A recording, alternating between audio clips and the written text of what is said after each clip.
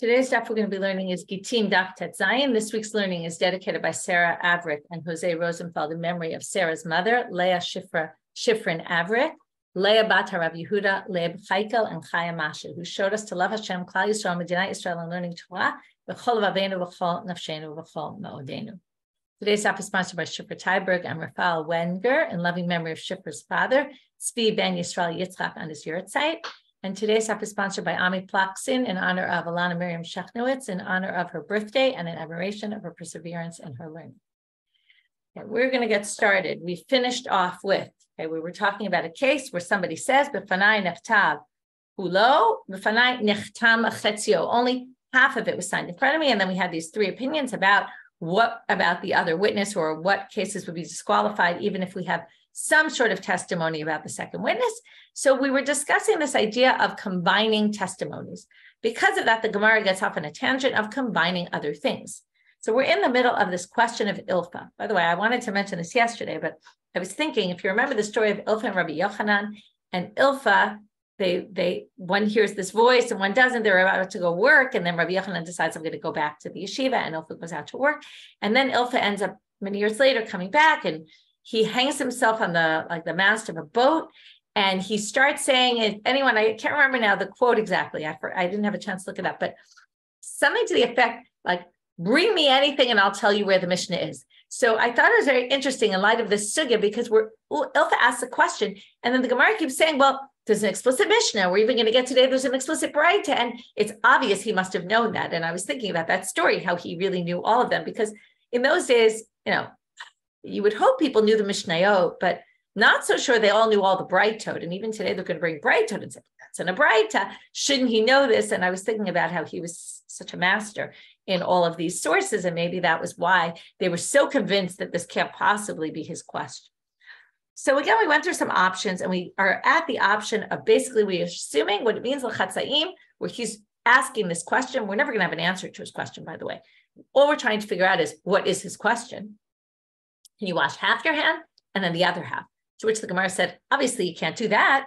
So they said, well, it means when one is, the first half is still wet when you wash the second. And then maybe we could view that as a continuum and it would work. To which the Gemara asked, the last line of yesterday's daf, why would that even help? That's not explicit Mishnah that says what? Hanitzok v'hakat paras. It's a Mishnah in Tarot. Not to make you impure, not to purify you. We do not view these things as connected. What are these things? Nitzok is when you're pouring. And we learned about this, except for the honey, right? When you're pouring something, and if, let's say, you're pouring into something impure, it doesn't make the top part impure, what's still up at the top. Or a katparas, you have a hill, and there's water dripping down the steep incline or decline. And then you have machloket. So again, you have this water that's a little on one thing. Does it connect to the other? No, it doesn't. So it can't be that that's what he's talking about. Which they say, now, machloket is when you have water on your hand enough that it could get something wet. But now we're going to see there's something more than that. You have enough water on, now in this case, it would be on your hands, that water can go get something else wet that will get something else wet. In other words, it doesn't matter how much water there is, right? You make a spill on the table and you dry it with a towel. Sometimes you could dry it with a towel and the towel's dripping wet. Sometimes you could dry it and the towel's not so wet. So the question is, how much water? So that maybe that's what his question's about, which actually is going to be the conclusion. But the Gemara says, but Hanami Tanina, but that also appears at a Braita. And here's a Braita. The tofech latpiach is chibur. Says in a Braita that it works. So now we're going to say, well, then again, if it's so clear from a Braita that it works, that it does connect things, well, then Ilfa shouldn't have asked the question. He should have known this would work. Okay, so that means if I wash part of my hand and it's dripping wet, really full of water, and then I wash the other half, that will combine. Okay, that will work. But it can't be that's his question, because it's an explicit Braita. To which they answer, maybe that Braita, maybe that was a unique opinion of Rabbi Yehuda about mikveh only, as we're going to see in a Mishnah in a minute, what we're talking about a mikveh.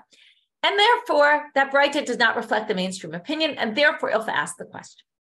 So, because the question would be, is it different in mikveh and other areas? And do we hold like Rabbi Yehuda or do we not? Then you could at least understand that there would be a question about this. You're asking, is it Rabbi Yehuda bar Eli? Probably. Rabbi Yehuda stam is Rabbi Yehuda bar Rabbi Eli. Ditnan, as it says in the Mishna, definitely I would say, not probably, it is. Ditnan, here's the Mishna. Mikveh sheyesh bar ba'im se'ah mechuvano. Mikveh has to have 40 se'ah. Let's say it has exactly 40 se'ah, not a little bit more, not a little bit less. V'yardu shnayim v'tavlu, and two went into the mikveh at the same time. Now, in parentheses, it says shneim b'bat achad to'olim. Okay, even though it's in parentheses, which means it's really not part of it, but we'll read it anyway because it's true. So if both go in at the same time, they're both going to be pure because they both went into a mikveh with 40 se'ah. Even though, right, when they come out, they're going to have water on their bodies that's going to come out of the mikveh with them, and there's not going to be 40 se'ah anymore.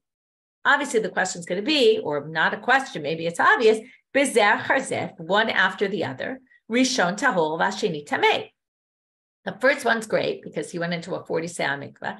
The next one is not, because the mikveh didn't have 40 se'ah at that point because the other person came out, took some of the water with them, and now there's not 40 se'ah.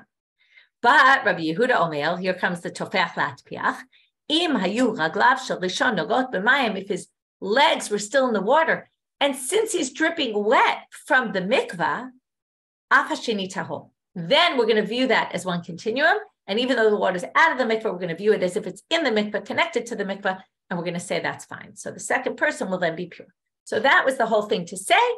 What the Breita said that seems so obvious, the tofech latpiach, is considered chibur. Maybe that's only for mikveh, and maybe it's only Rabbi Yehuda's opinion.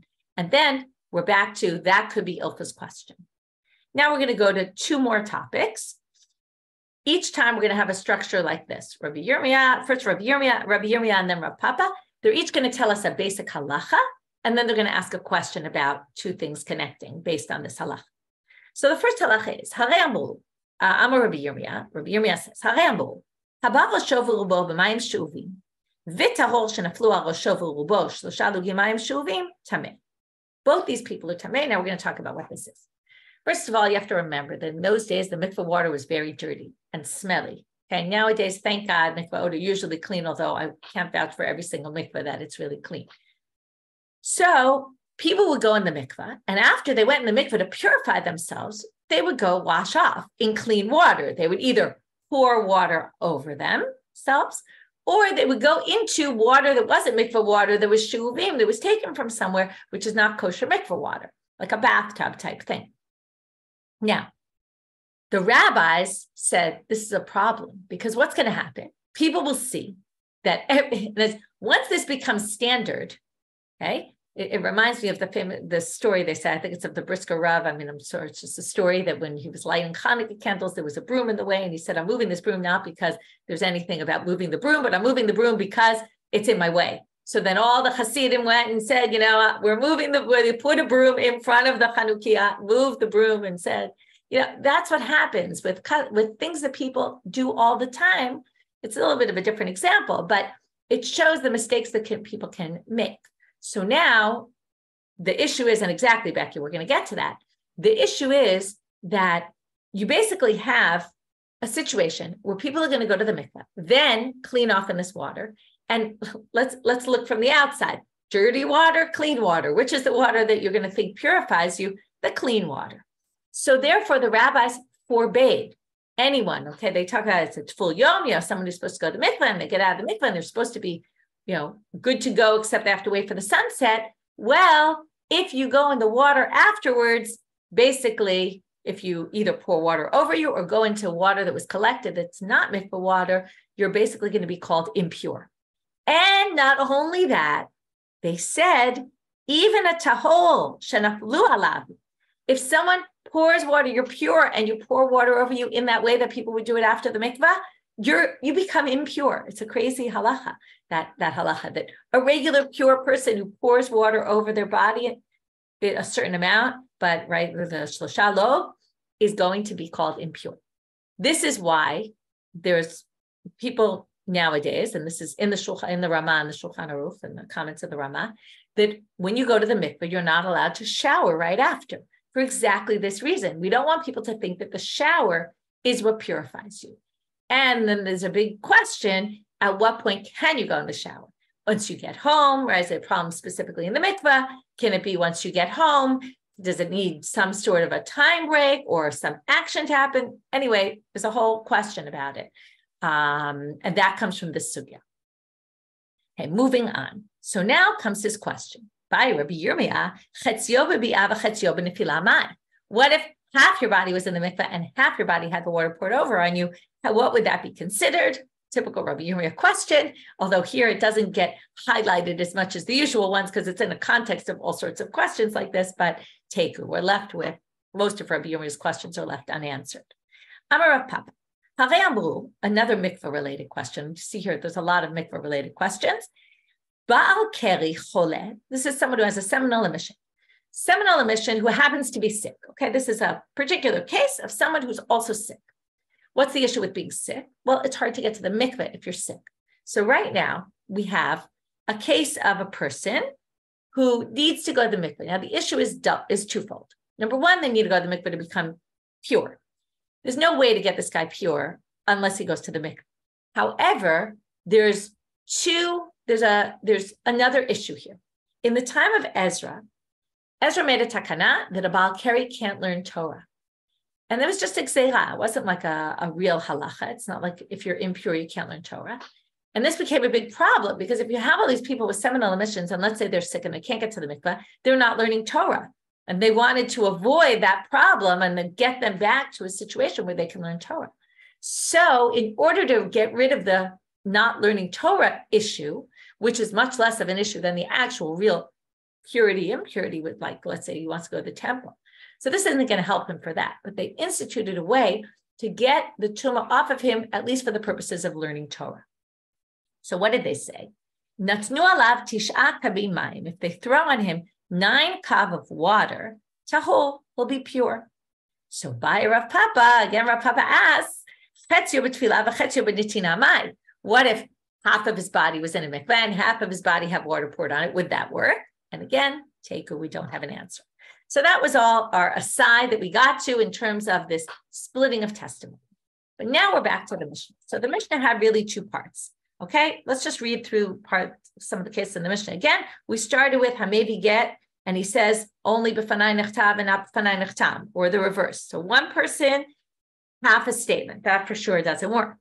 Then we went on to say, what if he says b'fanai nechtav chetzio or b'fanai nechtam chetzio? What if he does a 1.5? That also doesn't work. Then we get to these other cases. So let's read the last cases of the Mishnah. Once we have a complete statement, but it's said by 2 different people. It doesn't work. What if you have 2 people saying it was written in front of us? And a third person who says this,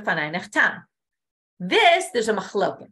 Okay? Pasul, according to Tanna, Rabbi Yehuda machshir. We didn't understand yet why this is, and this is what we're going to deal with now. Okay, that case we're not going to even get to today. So let's start with the first one of the second section. One says this and one says that. So we have 2 people coming. Each one says half. Everyone agrees it's pasul, as opposed to if 2 said, the next case is 2 said it was written, 1 said it was signed, there's a machloket. That's what you have to have in your head right now. What we're going to do today is have 2 different readings of this, which have a very different ramification that's going to come out of it for the halacha. Okay? We're going to have the same person, just 2 different versions of what did he say. It's Rav Shmuel Bar Yehuda who says in the name of Rabbi Yochanan, what is the case of the Mishna? Who are these people who are coming forward and saying, B'fanai nechtav, B'fanai nechtam? Okay, who are they? Are they messengers? Or is one of them the messenger and the other people or person, depending on which case, right? In one case, there's 3 of them. In one case, there's 2. Are they messengers also? Were they sent by the husband to bring the get? Or are they random people that just happen to be there? Now, why is there a difference? So I talked about this when we learned the Mishnah, which is there might be a difference because a shaliach, it's his responsibility. And he has to make sure, and we're going to maybe take him more seriously than these other people. That's possibly one way to look at it. Whereas if they're messengers, then maybe it's a different situation. So the first reading is Lo shanu ela, and then we're going to see the most important ramification. You'll see Lo shanu ela she'ein haget yotzei mitachat yidei shnehem. Rabbi Yochanan says we're only talking about a case. Okay, ela she'ein haget yotzei mitachat yidei shnehem. The get is not coming with these people. Someone just wrote, who has the get? Just one of them has the get. Okay, one of them has the get and brings it, and the other people are random. Aval, now what would be the implication from here? If it was, and that's why one says b'fanai nachtav, one says b'fanai nachtav, it doesn't work. But get yotzei mitachat yidei shnehem, moving now to Amud Bet, kasher. But if two people brought the get, and they were both the messengers, and one said b'fanai nachtav, one said b'fanai nachtav, it's good. Why is it good? Well, Alma kasavar, it must be that Rabbi Yochanan holds, at least according to this reading, Rabbi Yochanan holds, Shnaim sheviu get mi medinat hayam, ein tzrichim sheyomu b'fanenu nechtav b'fanenu nechtav. We learned that, we talked about this already. If two people bring a get, perhaps you don't even need to say anything. That's why if we have this incomplete statement, it works, because even if we said nothing, it will work. Okay, now why would that be? Well, what's the reason? Because if the whole issue is Edi Mitsuyim Lakaimo, like Rava says, well, you now have two people who brought the get. So you're not worried anymore that the husband's going to come and claim there's an issue, because there's two people here who can vouch for the get. So therefore, two people who bring a get don't need to say anything. So of course, if one said this and one said that, it should make no difference. And that's why the Mishna is not talking about that case. The Mishna is talking about a case where one messenger brings the get, and there happen to be some other people, one other person, we'll see later, two other people, right, who testify about the other aspect of it. So now, Amar le Abai. Now, Abai is going to ask a question. The structure is going to be exactly the same, right, in each version. We're now in version 1, and we're going to have the same structure. Abai asks a question, which isn't really such a question. It's not a difficulty, I would say. It's more, he's clarifying something to see if Rav Shmuel bar Rav Yitzchak is going to say yes. And then when he says yes, it's going to catch him up in a bigger question. Okay? And then Rav Shmuel is going to have an answer. So Amar Abai, Elameata. So wait, the first case is one said this, one said that, and you said it's where one is the messenger and the rest, right? The other one is just an extra, not a messenger. Because if he was a messenger, it would work and you wouldn't need any. So Elameata Seifa de Katani. Now, when you look at the next case in the Mishnah, where there's actually a debate, right, between Rabbi Yehuda and the rabbis, Shnayim omer b'fanenu neftab, echad omer b'fanai neftam pasul Rabbi Yehuda machshil. Now, if the first case is in a case where one is a messenger and not the others, this case also, are you going to say the same thing? That the reason why Tama, the reason is de'ein haget yotzei mitachat yidei shnehem. The reason this case doesn't work according to Tanna is because the get only was brought by one of them. Haget yotzei mitachat yidei shnehem machsherei rabbanan. Are you going to say that if two of them brought the get, two out of these three, or even three of them, whatever it is, the rabbis would say it's okay? To which Amar le, he says, yeah, sure, I would say that. Again, it's not really that it was a difficulty. He's just clarifying. You're really saying that? And then he's going to say, say that, we got a problem. What's the problem? V'chi ein get yotzei mitachat yidei shnehem b'mai pligi. Well, then I don't understand the machloket in the end. If you're saying the Mishna is talking about both in the previous, right, the first case, one says this, one says that. And in the next case, two say written, one says signed, is all a case where there was only one messenger and the rest were just extras. Then what's the machloket between them? Really, the question is, why does Rabbi Yehuda permit? Doesn't make any sense. If there's one messenger and that messenger said, let's say, b'fanai nechtam, and we don't have anyone saying b'fanai nechtam because those two people, right, aren't, now, you do have testimony, and that's why it's a little bit different. But he wants to understand what's the machloket. So comes Rabbi Shmuel and Rav Shmuel, and he says, Mar savar gazrin and dilma atilech lefabikiyum shtarat alma be'ed echad umar savar lo gazrin. The whole machloket between them is, let's think about it. If you want to deem that it's lishma, so you have two witnesses that said b'fanai nechtav, and then you have one witness who says b'fanai nechtam, and he's the messenger. So that works because he's the messenger and he could say it. So theoretically, that should work. That explains Rabbi Yehuda. But how do you explain the rabbis now? The rabbis who disqualify, they say the following. When the rabbis permitted b'fanai nechtav or b'fanai nechtam, Why did they permit it if you're worried about, let's say, Eidim Mitzuyim L'Kaimo? There would be witnesses, then that you're actually validating, right? What in theory you're doing is you're validating the signatures. Now, we said that we're not worried, we're always worried about what? That you'll think the validation of signatures on regular documents is only with one witness. But in this case, what's the issue? Well, here, maybe you do have to worry about it. And that's why the rabbis disqualify it, because they say the following. If the witness, the messenger, who also is a witness, and says only b'fanai nechtam, you'll kind of split it. You have two witnesses on the writing, one on the signing. What do you think there? For the signing part, you only need one witness. They won't realize it's because he's the messenger. And right, normally, if he said b'fanai nechtam, we're not worried, because remember, hacha b'fanai, hacha yadina, right? There's a whole language difference. You have to say it also on the writing, and it's a whole different thing. But if you're only going to say about the signing, it looks like you only, and especially if you think about it like this, if it's foiled to two people about the writing. So you have two about the writing and only one about the signing. It really looks like signing only needs one, because the other one has two and this one only has one. Doesn't look right. So that's the machloket. Are we worried about that, or are we not worried about that? Another one says, what do you mean? Everyone's get is different. So no one's going to get confused. It's a known thing. It's a known thing that get can be done by one witness, right? We all learned Gittin already, right? 15 dapim in, and everybody knows that there's this unique issue of get. So maybe you can assume everybody knows that, and therefore we're not worried that people are going to confuse. So that's the machloket. So again, first reading is, the Mishna is only where one of the witnesses is the messenger. The rest are not the messengers. That shows that if two people bring a get and both are messengers, you don't need anything really. And therefore all of these things would be fine.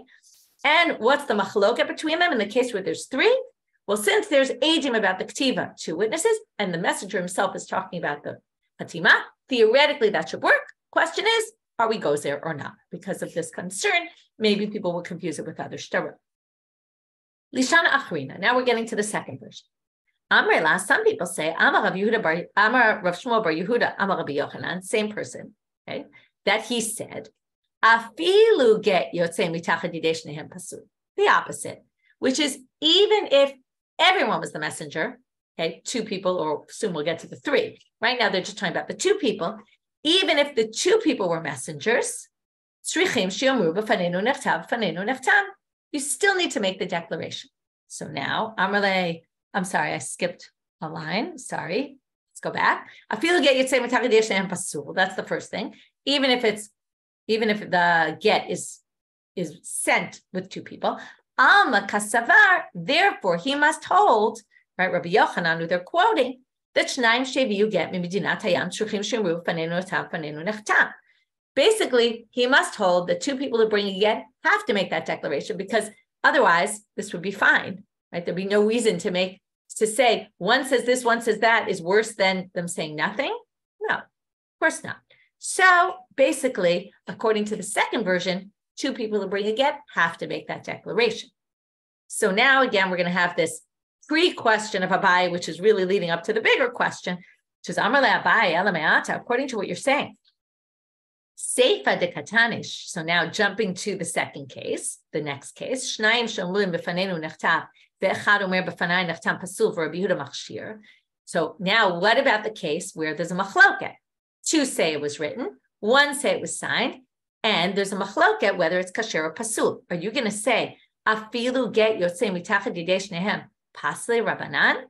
Are you going to say the rabbis disqualify this? We have two on the signing, two on the writing, one on the signing, and they all are witnesses. So what's the problem here? Doesn't make any sense. You're going to, really, the rabbis are going to disqualify this? So the truth is, it does kind of make sense. But again, he's really just clarifying.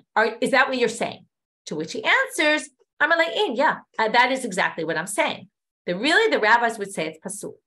So now the question is, again, that wasn't really a question. It wasn't like it was a difficulty. It was a question just to say, right, put him in a corner and say, is that what you're saying? And then he says, yes. And they say, oh, well, if you're going to say that, here comes my question. So b'mai kamiflage. Then what's the machloket here? Okay. And why right now, if the get is given by two people and two people have to say fanenu nechtam, and they didn't, right? Because no one said the complete statement, then Rabbi Yehuda makes sense that we're going to disqualify. So the question is, why does Rabbi Yehuda machshir? Why is it okay? If really all the messengers need to say it and they didn't, why would it be okay? So Mar Saval, you ready for this? We're back to Bed and Gimel and the beginning of our Masechet, that this splits into what's the issue. Is it Lishma or is it Edim Mitzuyim L'Kaimo? Okay, so now, how does this work? If you say, so look at Rashi. It's a bunch of lines below in Rashi.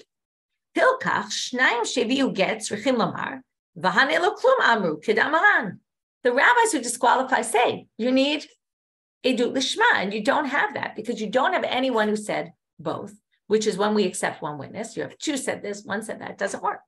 Rabbi Yehuda savar lefisha ein edim mitzuyim l'kaimo, which means what? Hilkach shnayim sheviu get ein tzrichim lomar v'lo echpat lan. We don't actually really need the testimony because we have witnesses here. So that's why we don't care. That's why this all goes fine. Okay, so this works. So now we have an explanation. It splits by Rabba. Well, if that's the case, and this is what we tried to do in the beginning of the Masechet as well, lema de Rabba v'Rabba Tanaihi. So let's just say, here we see the machloket, Rabbi Yehuda and the rabbis in our Mishna. Is it Tanna debate? Do we hold Edim Mitzuyim L'Kaimo or do we hold Edim Lishma? So they say, no. Lo, just like we did in the beginning of the Masechet, Rabba mitaretz kalishna kama. Rabba can just explain it according to the first language, which then has nothing to do with this at all. Okay? Rabba can say, I just go by the first way we read. Rabba amar lacha, but Rabba could say to us the following. Now, according to Rabba, why can't he explain by the first lashon? Because if the whole issue is lishma, you need two witnesses, right? The two witnesses who come are, well, it's not good enough, right? The whole first lashon was really based on, it's all about Edim Mitzuyim L'Kaimo. Because as soon as you have two Edim that are here in existence, we don't need to say anything because they're here. And it's all, we've resolved the Edim problem, but not the lishma problem. So you would have to say, right, the lishna kama, Rabba will just say, I hold by the lishna kama, therefore don't stick me in one of these opinions here in this machloket because I don't even understand the Mishna in this way. But Rabba, who can't do that, could also say to you, it doesn't split between me and Rabba here, okay? I can explain both according to my opinion. That the whole issue is lishma, but why? Why is there a debate?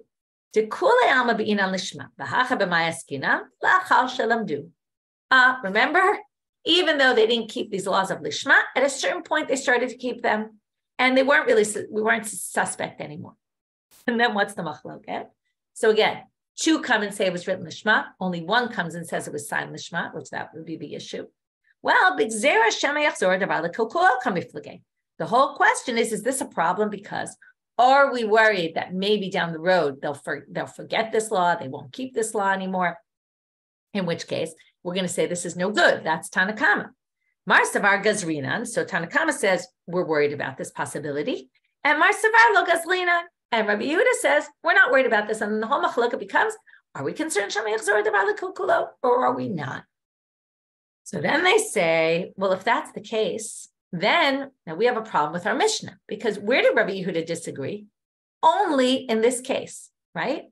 So according to the second Lashon, right, the second version, we have a case where all these people were the messengers. And the problem is that they didn't say a full statement, right? We don't have one person saying both, and we don't, which would have been okay. And we don't have two people saying each, right? In which case it's a problem.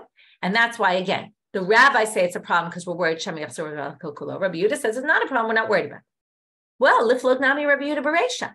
Rabbi Yehuda should disagree then about the first case we started with today. One said b'fanai nechtav, one said b'fanai nechtav, which we just explained according to the second language, that both are witnesses, okay? And yet, right, we're not worried about the Shema anymore because they already learned, but we are worried, Shema yachzor davar l'kilkulo. So it should be the exact same concern here. It doesn't matter, 2 people, 3 people. So why does it say Rabbi Yehuda only disagrees in that one case? To which the Gemara has a very simple answer. It won't be so simple down the road, but right now it sounds very simple. Ha'id marla, wasn't it said about our Mishnah? Amar Ula, chaluk haya Rabbi Shimon or Rabbi Yehuda afa rishona.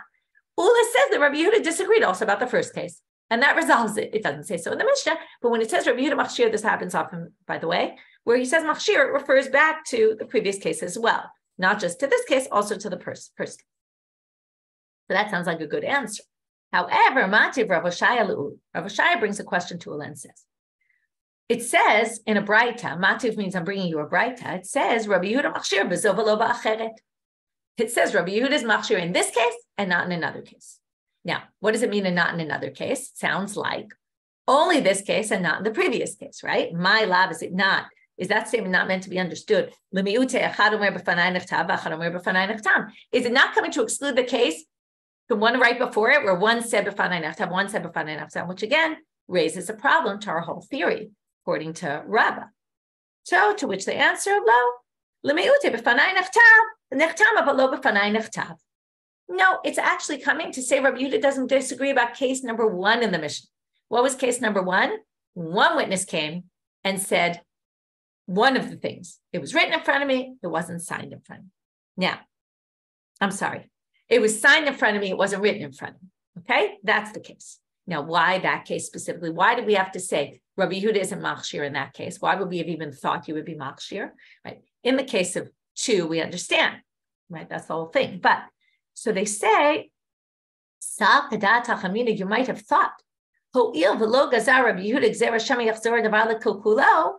since he's not worried about that, Dilma. Now, what's the problem with them saying b'fanai nechtam only?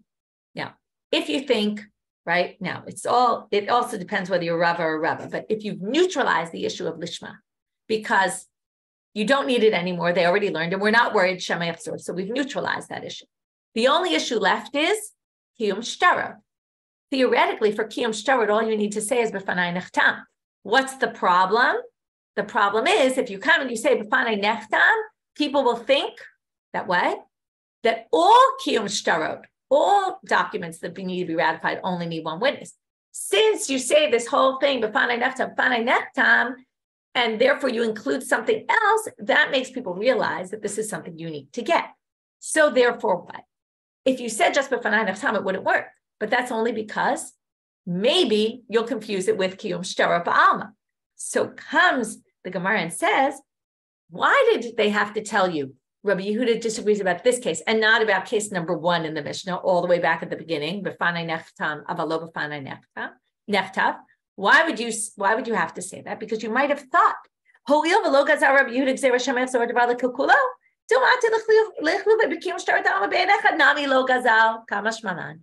Rabbi Yehuda is the kind of guy who just doesn't think we put zerod in, he doesn't think we're worried that we're going to forget the halacha of lishma or go back to a time where people aren't doing it. Therefore, maybe you would have thought he's not also isn't concerned that you'll confuse this with ratification of other documents. That's why they told you in this braita. Rabbi Yehuda disagrees in this case, but not in that case. In the first case, he is concerned that you might confuse it with Eid Echad, and therefore he doesn't allow that kind of get to work. So again, let's just read the Mishna according to the way we just understood it. This is again just a possibility.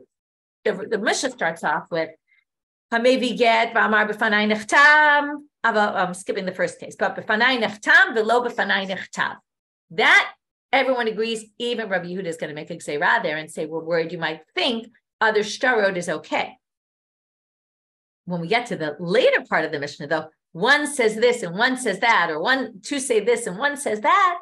In that case, there's no concern at all, because again, we're in the reading that they were the messengers themselves. Therefore, we're not worried about Eidim L'Kaimo. We're not worried about Lishma because everybody learned already. And Rabbi Yehuda doesn't worry about that. So Rabbi Yehuda would disagree in both those cases, and the rabbis still think we have to worry, and they won't permit this in it. They won't permit it. So that's how we've explained the second reading. Now we have another question, which is, sorry, not another question, my mistake. Now we have another statement which is going to support the second reading. Ikmar Nami, Amar Rav Yehuda, it was said in the name of Rav Yehuda, Shnayim sheviu get me Medinat Hayam. If two people bring a get from Medinat Hayam, what do we need to do? Banu the machloket Rabbi Yehuda Rabbanan. The machloket Rabbi Yehuda Rabbanan in our Mishna is exactly about that case. So that supports the second reading, that it's actually a debate. And now we're going to have one last thing for today. Rabba Bar Chana Chalash, he got sick. And Ulagabe Rav Yehuda v'Rabba l'shayulebe. They went to see how he's doing, Rav Yehuda and Rabba. Baumine. So they asked him the following question. Shnayim sheviu get me Medina Hayam. Okay, apparently this was an issue that they were struggling with. Do they need to or don't they need to? Okay, this goes against the second language. Or, right, because again, in the second language, it's a machloket, but the majority opinion says it's no good. But according to this, he says, of course it works. Why? Because he says the following. If you have two messengers that are bringing the get, and they don't say b'fanei nechtam, b'fanei nechtam, okay? But you ask them, did you see the guy divorced her? And they say yes, they've obviously been believed. So why do they need to say b'fanei nechtam, b'fanei nechtam?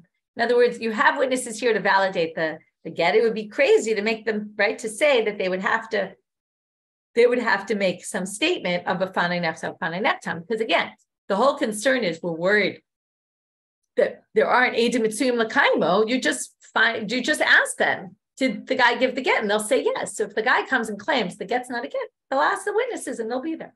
So obviously this should work. Okay, so that goes on the other side, which is like the first language, which is b'fanei nechtam, b'fanei nechtam does not need to be said if you have two witnesses. But the story is going to continue, and we'll have to see the rest of the story tomorrow. So to do a quick review of today's stuff, we started with these split cases. What about netilat yadayim? With this split, we had to ask this whole question about what do you mean by split here, right? What are we talking about? We finally understood half the hand, the other half of the hand after, but the first half of the hand is soaking wet, not just a little bit wet, but soaking wet. Then can you view this as chibur or not? We don't have an answer to the question.